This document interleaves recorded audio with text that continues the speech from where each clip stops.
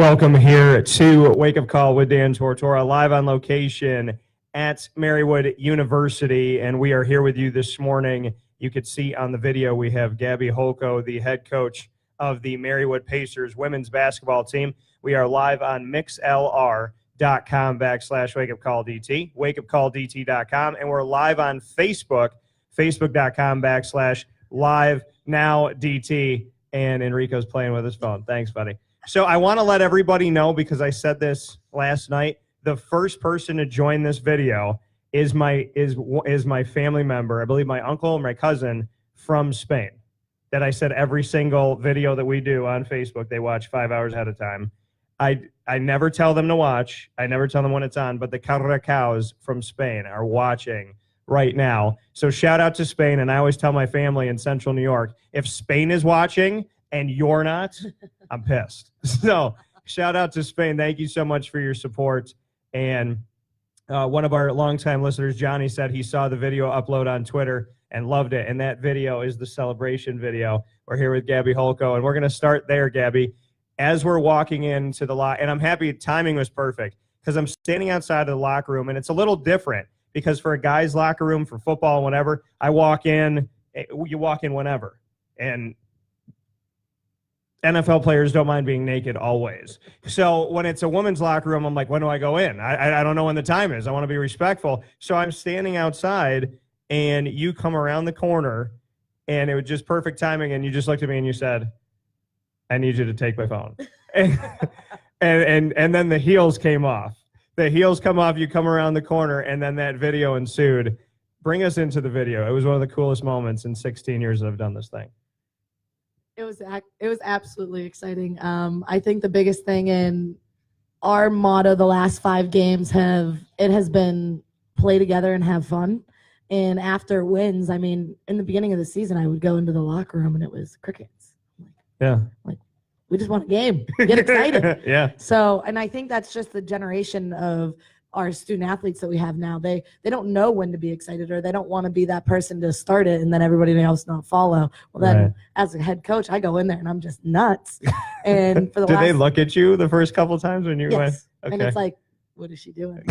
Why is she so happy?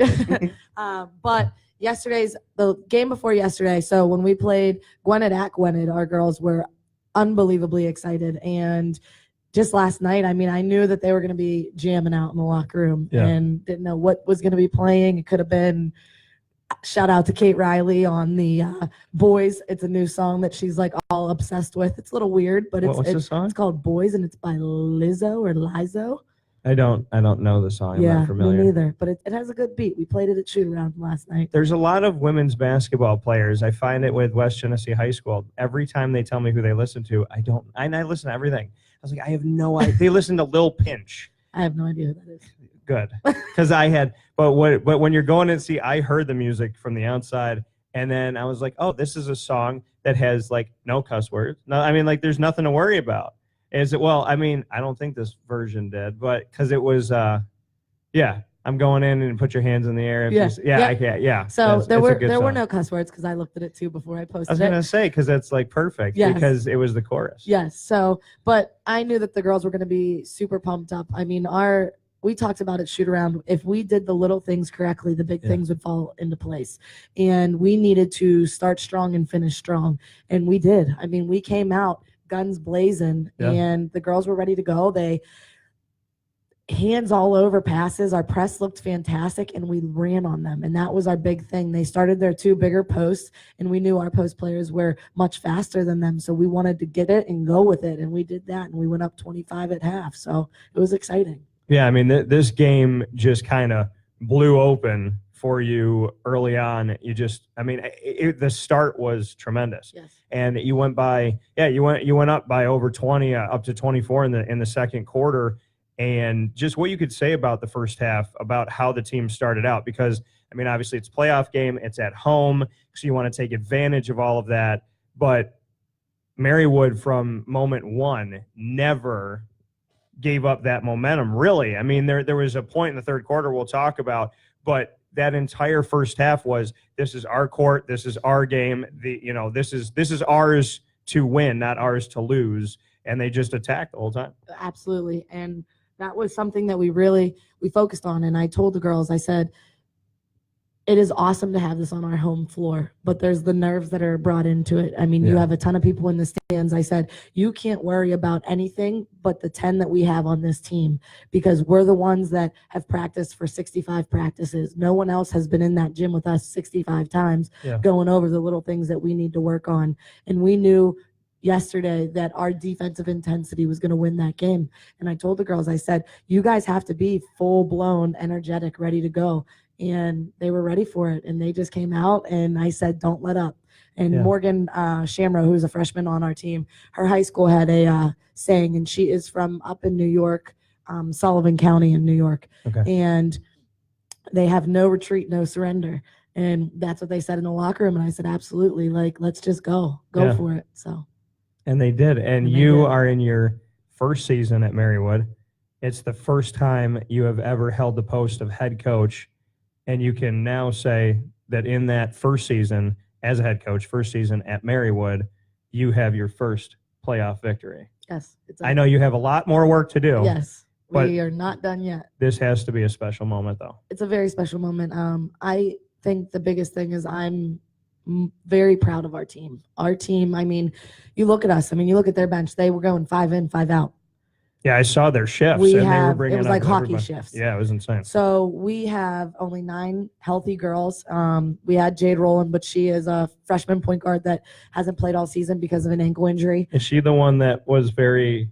The animation? She was very animated. Yes. She was very, she let everybody know how she felt out there. Yes, absolutely. Yeah. She's a Spitfire. She is, and she's our bench energy. I mean, she's gotten a warning a couple times for doing the get the air over and shoot it out. But why do you get a warning for doing it's that? taunting, supposedly, to one referee that we've had multiple times this year.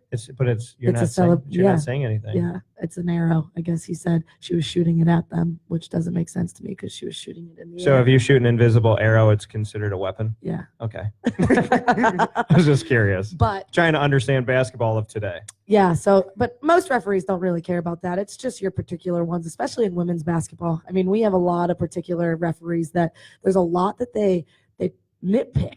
Like, we've had multiple times our floor because we're getting it redone for next year, but we don't have a full circle around the Marywood M logo on there. And a men's referee, a women's referee said to me, like, you can get a technical every game for that.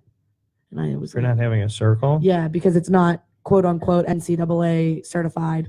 And then I asked one of Enrico's referees, and he said, if that's what the referee's worried about right before the game starts, there's a lot more issues at hand. Well, because Oregon it looks like a forest.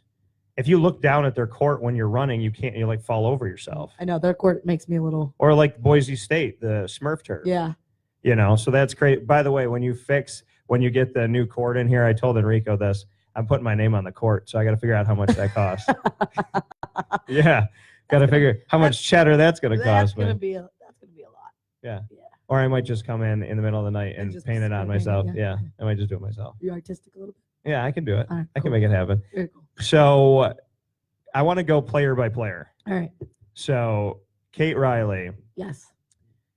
And shout out to her for the playlist. Oh, I guess we would say, but she did some good thing. Actually, I think she was the first time that I jumped off the bleacher in the game, that I got up and started, because I got animated in the second half, and I blame Enrico, because when I'm around Enrico, my personality is always going to come through. I never fake it.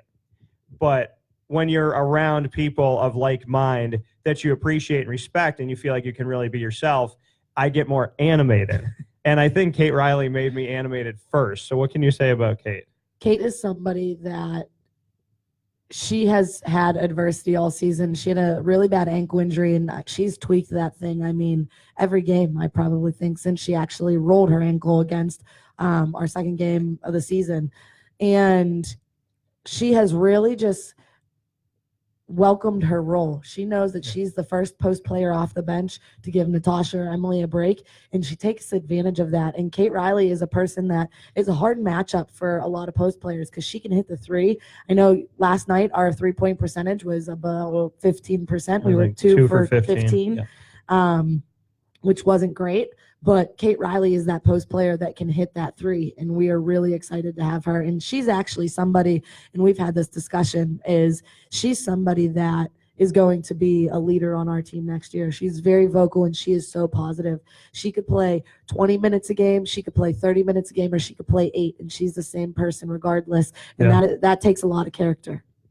That coming from Gabby Holko, head coach of the Marywood Pacers women's basketball team. We're speaking this morning from the Hall of Fame room, on site, on location at Marywood University, my alma mater for Wake Up Call with Dan Tortora. You're watching on video on Facebook.com/live-now-DT. You are listening on MixLR.com/WakeUpCallDT and on WakeUpCallDT.com. I got asked one time, they're like, how do you remember all that stuff?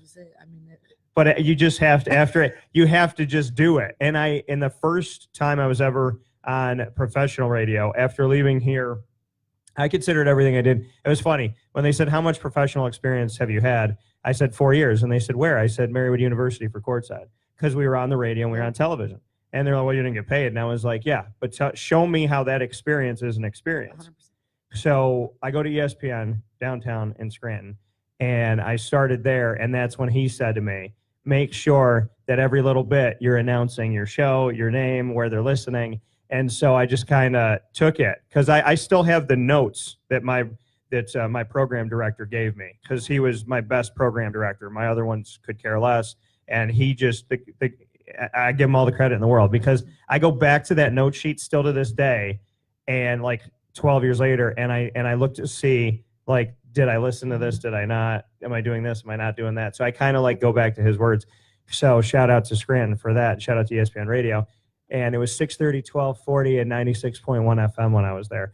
So, yeah, I mean, it's a lot of fun. And I got to give a shout out to everybody watching, but Carrie Brown, I met her last night, and I already know that her and I are going to get in a lot of trouble. So our comedy is we're together, Carrie. We're together on that. And I am a prankster, and I promised her that the more she sees of me, the bigger opportunity it is that she's going to get pranked. So let's go Pacers. Yeah, she's going to 100% get pranked by me. I didn't tell you guys any of the pranks that I did at Marywood. No. I did a lot. Do you want to hear one of them? Yeah. Okay. So Enrico doesn't know this. So my buddy Steve, I love Steve. Now, do you know, you're 26, right? 27. Okay.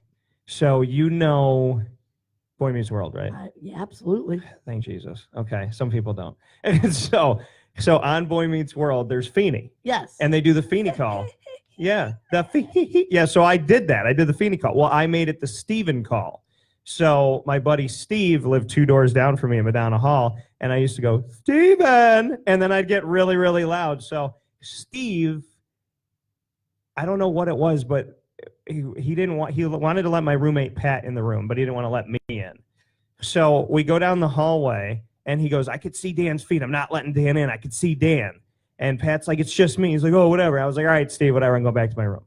So I go back to the room. I walk down, and I got a glass filled with water. And I put my foot on one side of the door, my foot on the other side, because there's a crack on the bottom. And he goes, and only Pat's talking. And he goes, I know Dan's there. And Pat's like, just let me in. And he unlocks the door, but he doesn't let Pat in. And he goes, I could see Dan. So I'm listening. See, and my pranks they're in the moment. They're ad-libbed. I don't know what I'm going to do before I do it. So, well, except for one.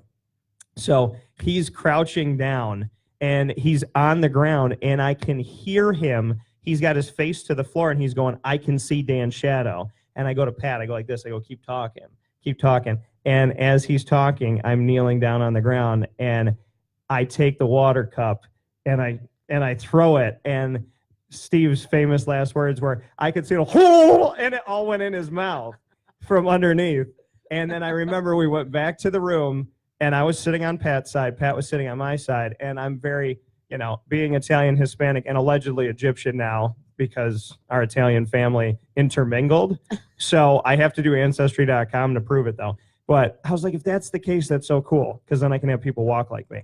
So he comes back in, and we're sitting there, and I'm very Godfather in this moment, and there's no lights on in the room, and Pat's silent, and I'm silent, and I'm leaning back in my chair, and Steve comes to the doorway, and he goes, it's on. And I said, what are you referring to, Steve? And he said, it's war. I said, well, let it be known on this day that you have declared war on my house. And from this moment on, write it. And I said, are you writing it in blood? He goes, blood, it's done. I said, I am not responsible for anything I do from here on out. The next move I made shortly after was a Saved by the Bell thing that I wanted to see if it worked.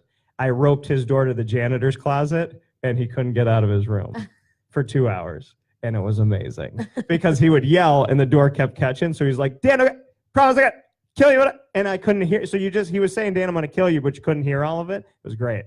So I roped his door. I did a lot to my roommate too. I let it out at Marywood. I did. That's awesome. I hid it in high school, but I let the pranks out here. So the door rope to the door across the way does work. I'm still wondering why I had rope though.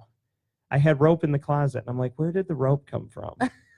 I think God weird. dropped it there. He was like, just see if it works. A little So weird, but yeah, all right. I had rope there. I was like, I wanna know if I can. And it held up, and I felt really bad because he almost missed his class entirely because of me. I didn't know his schedule. Oh, that's nice. So what do you think? That was good pranks. Great prank. It's fun. Have you pranked before? Yeah, my roommate Courtney Zitt and I.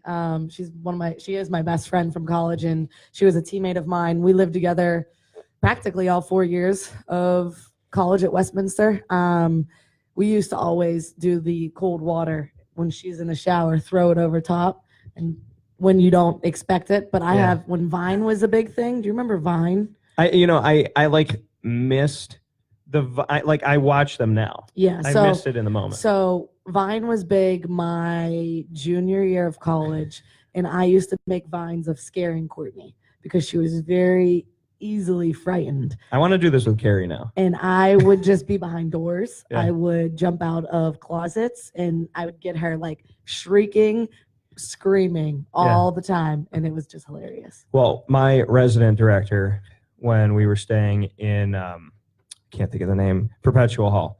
And so my RD there, he gets scared easily, and I do impressions. So I didn't want to record the saw voice. I wanted to do it. So I was planning on, but I couldn't figure out an escape route. And this is why I never did it, because I was like, he's going to hit me with a broom when he knows I'm under there. I was going to go under his bed and lay there and wait. And at 3 o'clock in the morning, I was going to go, Ian, would you like to play a game? Just to see how he would react to it. He would have killed me though. I did know how to get out of his room onto the roof. So I did know how to do that. I just didn't think I could get there close enough. But he's scared so easily. But see, my thing is, I don't do ventriloquists and clowns and all. People know that about me, but I'm very clear. If you prank me with a ventriloquist or dummy or Chucky I will almost have a heart attack and then never speak to you again. Like, I will never talk to you again. I don't care if it was good, bad, or I will never speak to that person again. I said, if I have a daughter someday and anybody buys her one of those dolls that talks and whatnot, I said, because knowing me, it'll be like the real life one. And I'll be in the kitchen doing dishes and I'll get like, Daddy. And I'll think it's my daughter. So I'll look down and it'll be this thing. So she'll go to sleep that night and she'll be like, Daddy, where's Marissa? And I'd be like, oh, she's fine. She's in another room. And then I would plug her in and pour water on her. But knowing that thing would wake up with the eye out and the hair everywhere and would go, Daddy, Daddy. And it would be in my room, like looking at me. I had an ex that was given a doll for a gift because only horrible people do that. And I told her, don't bring it to my house, because if you bring it to the house, then it'll case the joint and it'll know where I live. And so she told me she didn't. And I was going through boxes and stuff, and it was in my house. And I go, well, now if I get rid of it, you've seen Child's Play. Once you get rid of it in the dumpster, it always comes back to the house. So I don't know what to do with it now. It's sitting in my garage right now. And I was like, as long as it doesn't see the layout of the house, I think we're okay. But I don't know why. I just ventriloquist. I don't do it. Gotcha. I don't do it. And here in Scranton, at one of the houses down the road from Marywood, one of the beautiful people that live here put a ventriloquist dummy in the attic, staring outside with curtains around it. Yeah. Huh. They just set it up there. That's a little creepy. Yeah. They must know my thoughts on it. So we've gone drastically off course, but but I'm like visibly, if people can see on video, I'm horrified right now. My heart's a little jumpy, but my heart went out of my chest when it went 0 last night. Yes. And then it didn't come back into my chest until like 2:00 in the morning. So and you asked me to speak with the team. The first thing that I said to the team was, my heart's still racing, because I mean, I don't know how to be anything other than genuine. And I wanted them to know, like, I didn't have words for the way that I felt. I'm proud is an understatement, but it was so like, you get to feel this all the time. But when I went into that locker room and they were all dead silent and they were looking at me, I was like, I just got this feeling like they are the only ones that stand in front of themselves in success. There's no team out there that stands in front of them. No, absolutely not. And as you said, the group that we have this year, they're so bought in to our culture and so bought into what we are trying to accomplish here. I mean, we're one game at a time. And last night was Gwynedd. That's the second time we saw them in less than 48 hours. So that's tough to do. And defeated them. Yes, and that's tough to do. They knew what we had, and we knew what they had. We added some new things in to switch it up a little bit. But the biggest thing is our team is so bought in, and they have each other's backs. And that's the best thing about it. And I said to them last night, you guys have to play together, and we will beat this team. We play together is when we play together is when we play our best basketball. Yeah. And last night we did that. I mean, we had so many touches on the basketball that we were moving it without even thinking about it. And that's something that we haven't done all season. And I'm really excited for our game against Cabrini on Wednesday or Thursday, depending on weather. But I'm really excited if our team can keep playing the way that they're playing. And I told them in the locker room, they're the ones that make those shots. They're the ones that make those passes. They're the ones that are beating their opponent. They're the ones that are locking their opponents down. I mean, the biggest thing is they are doing that all. Yeah. We as coaches can make as many calls and many adjustments that we can. Right. But in the end, it's up to the 5 that we have on the court. And last night, our 5, it didn't matter which combination we threw out there, they succeeded. And they knew nothing was going to stop them. And I am unbelievably proud to be their coach today. And we're going player by player here and shout out to Ross. Ross is an alum too and a sports writer here. So shout out to Ross. Thank you, buddy. And a good friend of mine, consider him a brother. I hope Lorelai is doing well. My niece, being an only child, and somehow I ended up with 3 nieces and a nephew. So it's pretty cool. So Kara Romanello, I want to ask you about her as well. And the I is silent, right? I did it right. Yes. Yeah. Kara is a sophomore on our team this year. Kara's a great kid. She is somebody that comes in for us when we need the spark on the bench. And it might be just for a couple seconds as a sub for somebody, or if somebody's in foul trouble. But one game sticks out in my mind, and that was against Newman. And we were at Newman. It was their senior night. Newman has a ton of talent, and they have the #1 leading scorer in Division III, Nafisa Saunders, on their team, and she was killing us. I mean, she was, I think, at the time that we put Kara in, and I said to Kara, this is your opportunity, okay? And in women's basketball and in men's basketball, I mean, the biggest thing is you can only play 5 on the court at one time. Yeah. So that's what happens a lot of the time. Did you tell Enrico that? Yeah. You're going to play 5 at a time? Only 5. But that's where we as basketball coaches, people don't understand how crucial minutes are. Yeah. And it doesn't matter when your minute is, you have to take advantage of it. And against Newman, Kara did a fantastic job at face guarding Nafisa Saunders and not letting her get the ball. And we actually got Nafisa to foul out, and we won by 1. So it was great. And keep going down the line here with our head coach here, Gabby Holko of the Marywood Pacers women's basketball team. Speaking on each of the players, Kylie Wires, I know that, she has her moments and her places too. I know that, she's a ball handler for you. She'll take some shots when she's got them and whatnot. What can you say about her at this point? Yeah, Kylie is a freshman from Ocean City, New Jersey, and she is that fiery player. You wouldn't think it, and she's really quiet off the court, but she's that kid that gives you emotion. If a ref makes a bad call and she thinks it's a bad call, she's going to say something about it. And I got to reel her back in and say, hey, calm down. It's okay. But she's also we have had that happen multiple times. She's a knockdown shooter. I mean, if you have her on the wing and you get her while she's in her motion, she is going to make 9 out of 10 3-point shots. And that's something she's now developing a driving game. And lately, the past 3 games, she's had and 1 plays where she's going up and we're strong now. I mean, our lacrosse coach, Coach John Knowles, is our strength coach for this year, and he has been doing a ton of injury prevention, a ton of strength training and conditioning and stretching, and it's really helping our girls a lot. So it's exciting. Alyssa Olsen, she had herself a nice little game there. She's doing some nice things early. What can you say about her?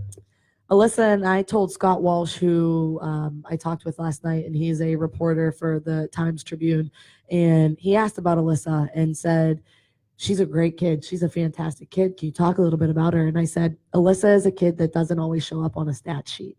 She's that player that has the highest basketball IQ on our team. She knows what's going to happen before it happens. And that's why she's in our point guard position right now. She's not a true point guard, but she is doing one heck of a job at that position. And she makes unbelievable passes. And especially last night, she made 2 no-look passes, 1 to Natasha and 1 to Emily. And we made 2 buckets off of it. The team is now ready for it. And she's somebody that she's playing 38, 39, 40 minutes because with her on the floor, we are better. When we take her off the floor, we get a little dicey because we don't have anybody in that position to be able to distribute the basketball. But Alyssa has been a senior leader for us this year, and she's knocked down big shots. I mean, she's made more 3-pointers this year than she did in the last 3. And it's unbelievable. I mean, she has lacked confidence and this year has lived with confidence. And I told her all the time, it doesn't matter if you miss a shot. It doesn't matter if you turn the ball over. You have to think next play mentality. Yeah, because you can't control what already happened. Morgan Shamrow. Yep, Morgan is a great kid. She's a freshman from Sullivan County, New York, and she's somebody that she's learning. She's learning as she goes. And she's somebody, a lights-out shooter. If a team is going to play us in a zone, Morgan Shamrow is going to be on that floor. I mean, her breakout game was against Widener early in the season.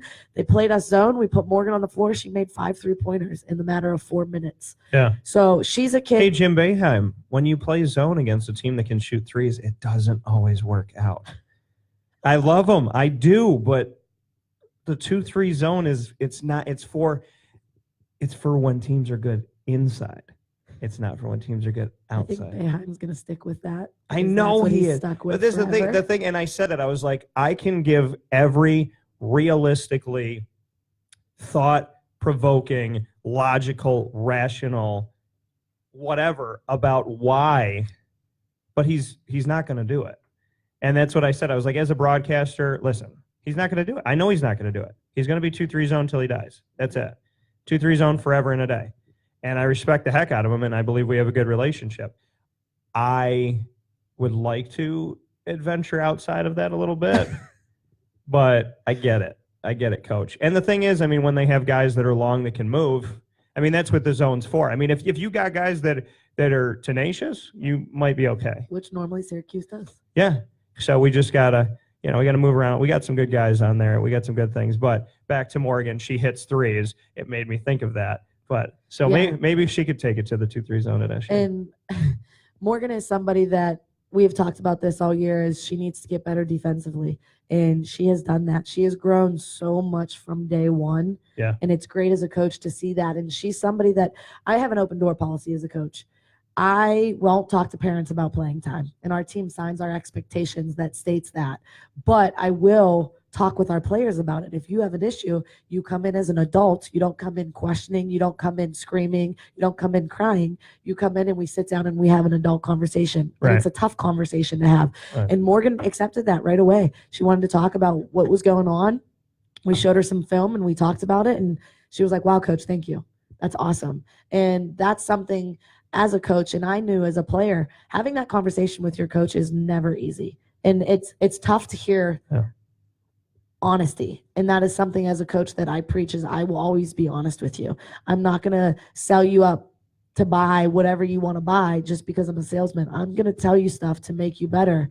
And then when your opportunity comes, that's when you take advantage of it. And Morgan has done that. Morgan has been a fantastic team player this entire season. Emily Theobald, she's done some nice things. I like that shot.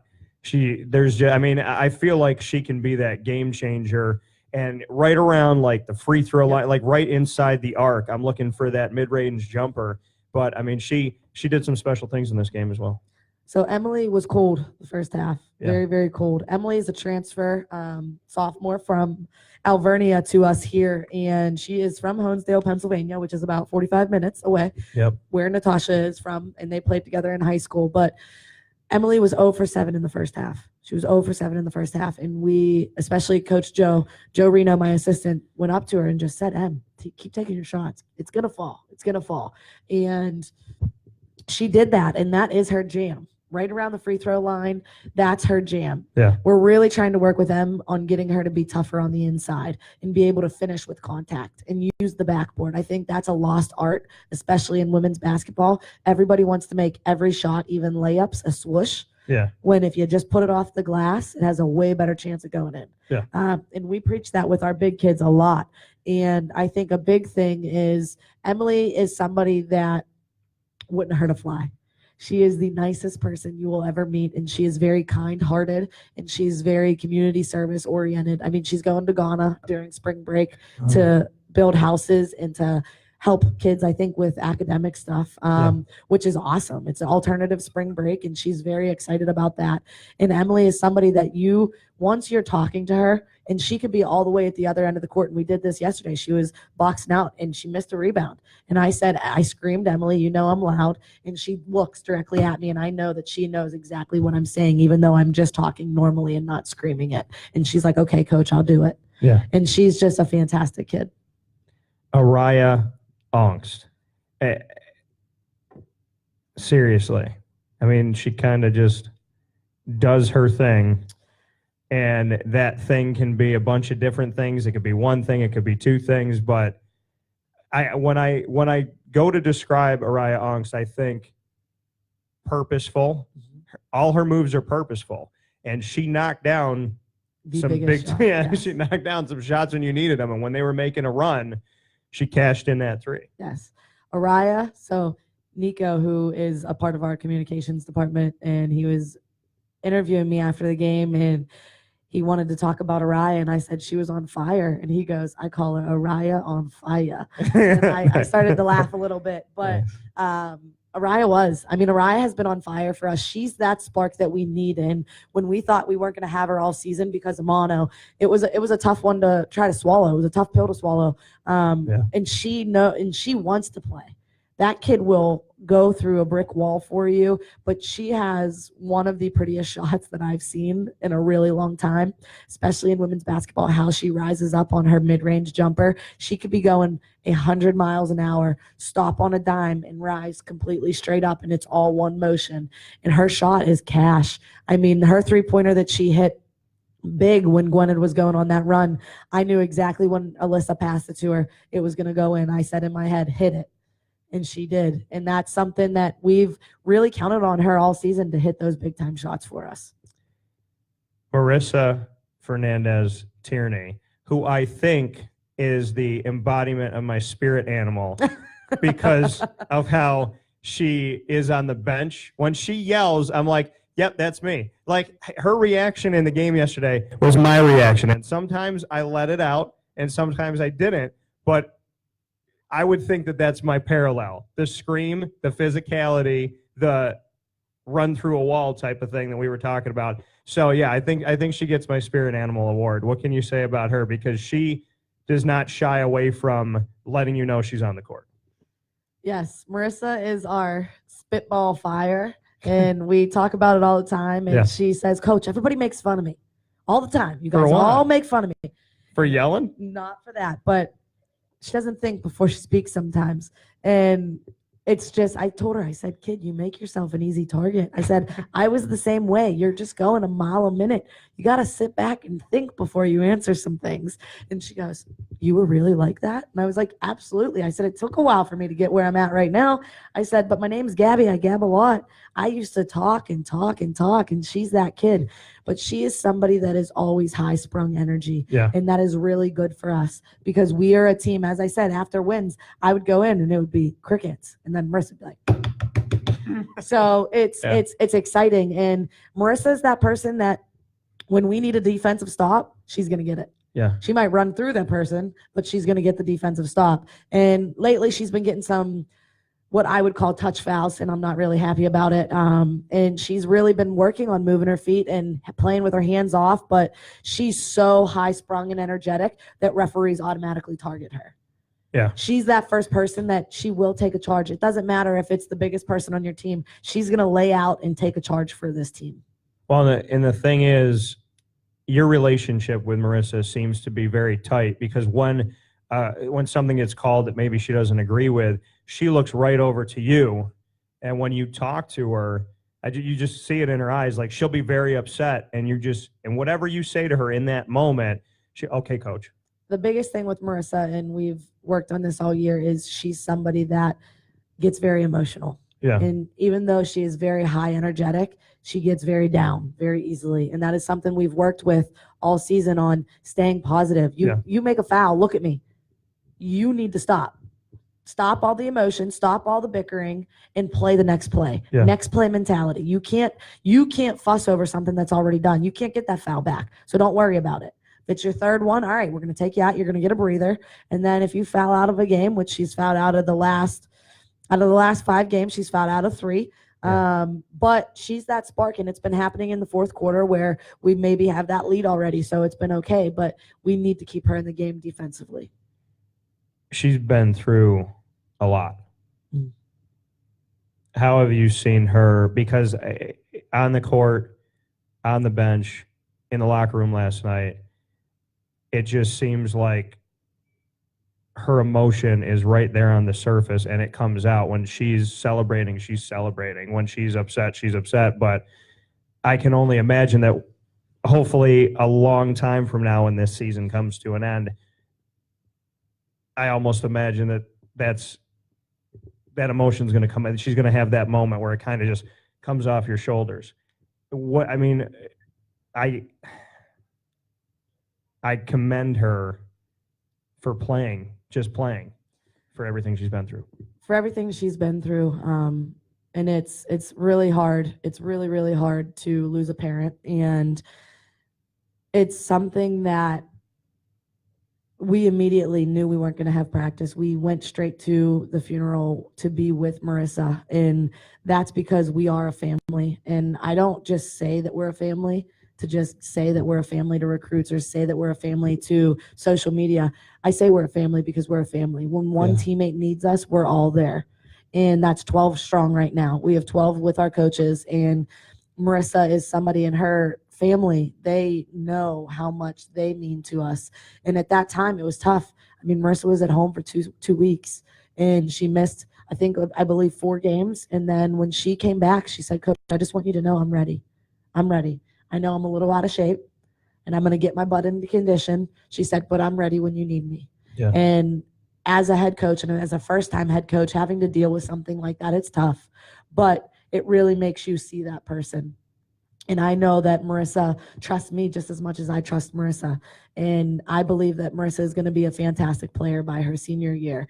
And it's something she's bought in, and she knows that we have her back, and we are always going to be there for her. So it's an awesome thing to be a part of a team.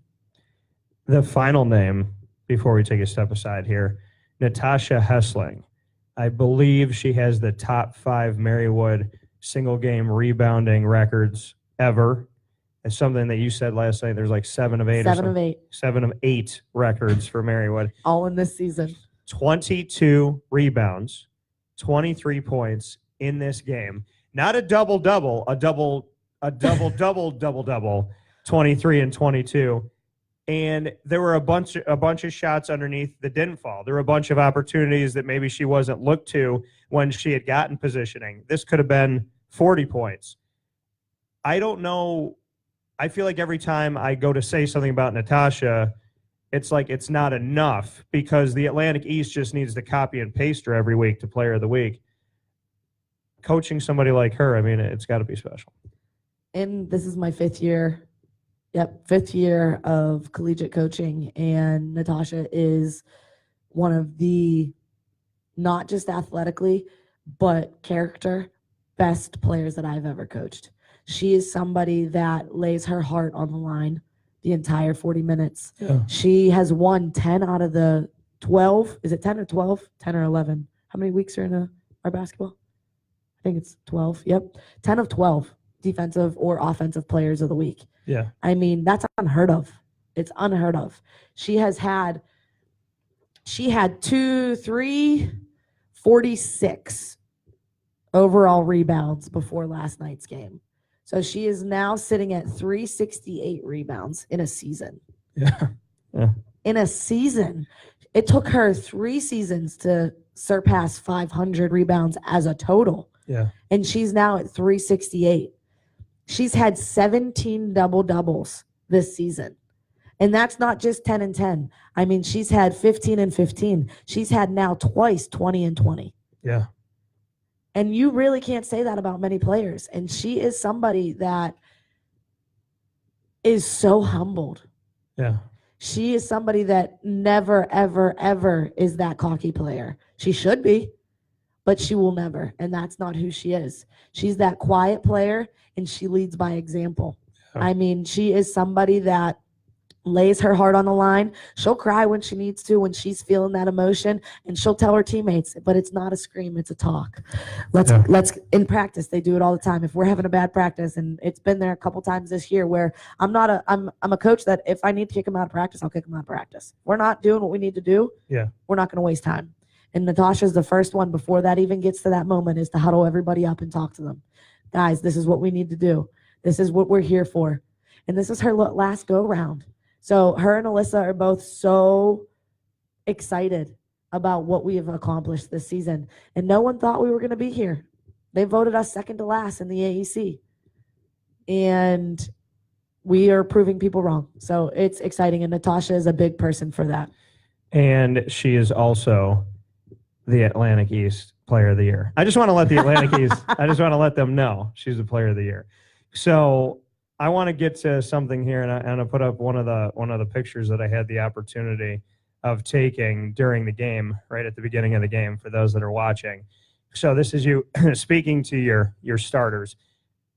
You gave me the opportunity to come into the locker room after the game.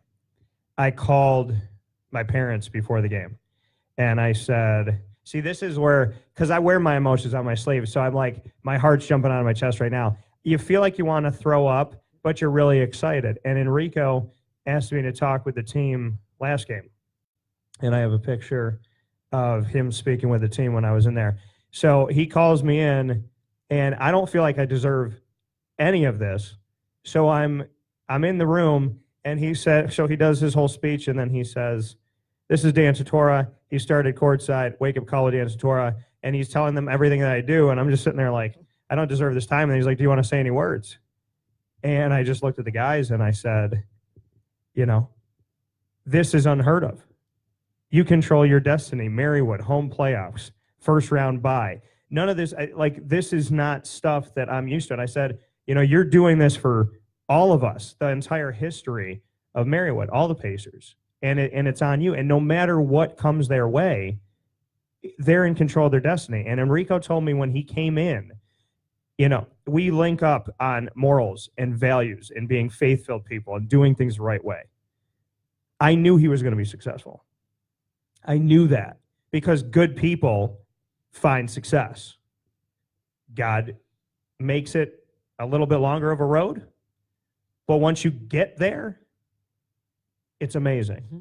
You asked me to go in last night, and I told the girls that I'm going to try not to cry, and I feel the exact same way right now.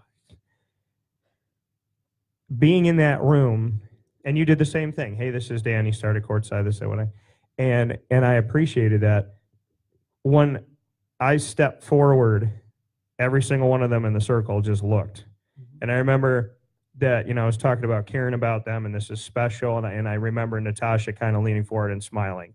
And I remember just looking at all of them and saying, like, that there is nobody that can stand in their way. That if they don't stand in their way, they can do whatever they want to do. And I never think about what I'm going to say before I say it, in the sense of I just want it to be real. I want it to be fluid. I want to listen to what you had to say. But I want to ask you, and not for an ego thing or anything like that, but because you're the coach and because this is an extremely important time, like, what did you take away from what I said, or what did you think about what was in there? Because I could feel them, and it drove me to say what I said because I could feel it. And I mean, what did you take away from it? And Carrie's in the window here. But I think oh, you brought the Kleenex for me. Thank you. I'm trying not to cry. I think the biggest thing, and I think Carrie Brown, I think what nothing like taking a moment where my stomach's in my throat and her going, I brought tissues. Are you ready? Because you heard what she said. She said, I wanted to be the first. She wanted to be the first to strike. So I hope that she understands she just did what Steve did to me. And you don't threaten the Godfather. You don't do it. So I got the ring. The ring to prove it. Kiss the ring. All right. So yeah, so we're back to that. So back to you coming into the locker room, and I thank you for coming into the locker room and talking to the girls. It's my honor. I think a big thing, and you said it best, and I'm the same way. I don't think about what I'm going to say prior to saying it. And that's why sometimes, I'm very off the cuff, and I'm very emotion felt. And the girls know when I'm mad, they know when I'm happy, they know when I'm excited, but they know that I'm always for them. Yeah. And I think a big thing was them getting to listen to you. And as you said, we're bought in. So bringing you in, all their eyes are on you because they're listening, and we're big with eye contact. I'm a big person. If I'm talking to you, don't look down. Don't look this way. Look in my eyes so we know that this is a real connection.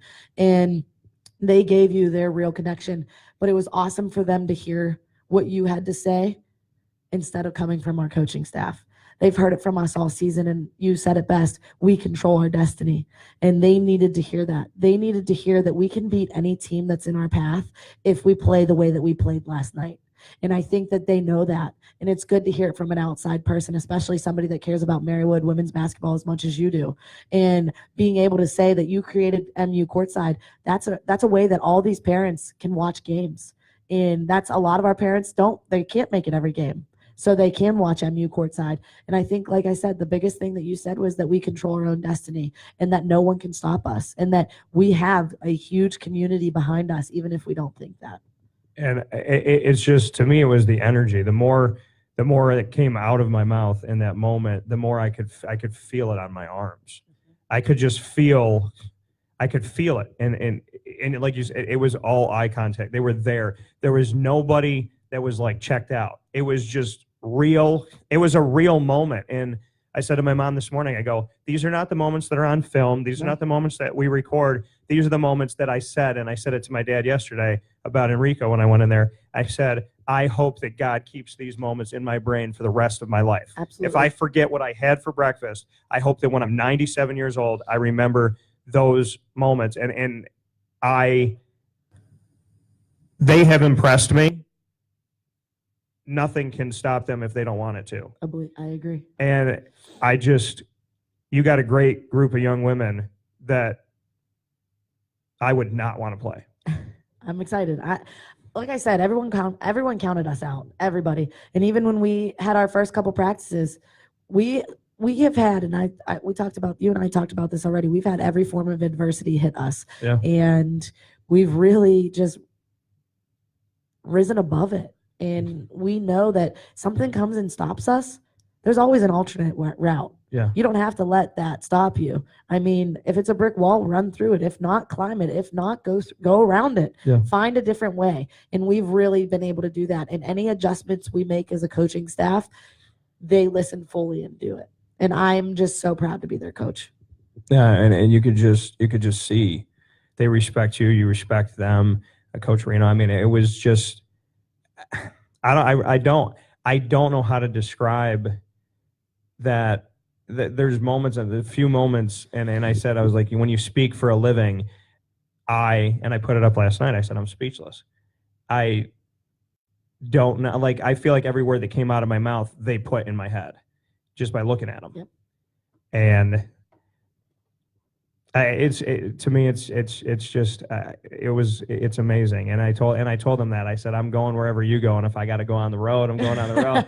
And I remember when it finished, they just got up and they screamed, and I was just like, I really, if that's what you get to experience all the time, that's tremendous. But I want to thank you, because moments like that are not recorded and not on film, and it's just us. Like, everything I do on camera is great, but those are the moments that I'll remember forever, because I felt their emotion. I felt their collective heart. I felt their collective mind say, we are Marywood. Yep. And we're not stopping. Yep. And I was like, this is awesome. Like, you just feel the hair go up on your arms. It's great. Hashtag not done yet. Not done yet. And we're not done yet. We're going to take a step aside here. Gabby Holko, the head coach of Marywood Pacers women's basketball. They win their playoff game at home as the 3 seed, take down Gwynedd-Mercy for the first time ever in playoff history for Marywood. They are moving on. They will be on the road. They are in the semis for the right to play in the championship for the Atlantic East. And Gabby will be back with us in just a little bit. We have Enrico Mastriani coming up next, and I cannot wait. He was stretching in preparation for this, so I look forward to it. Keep watching and keep listening. We'll be back in just a moment.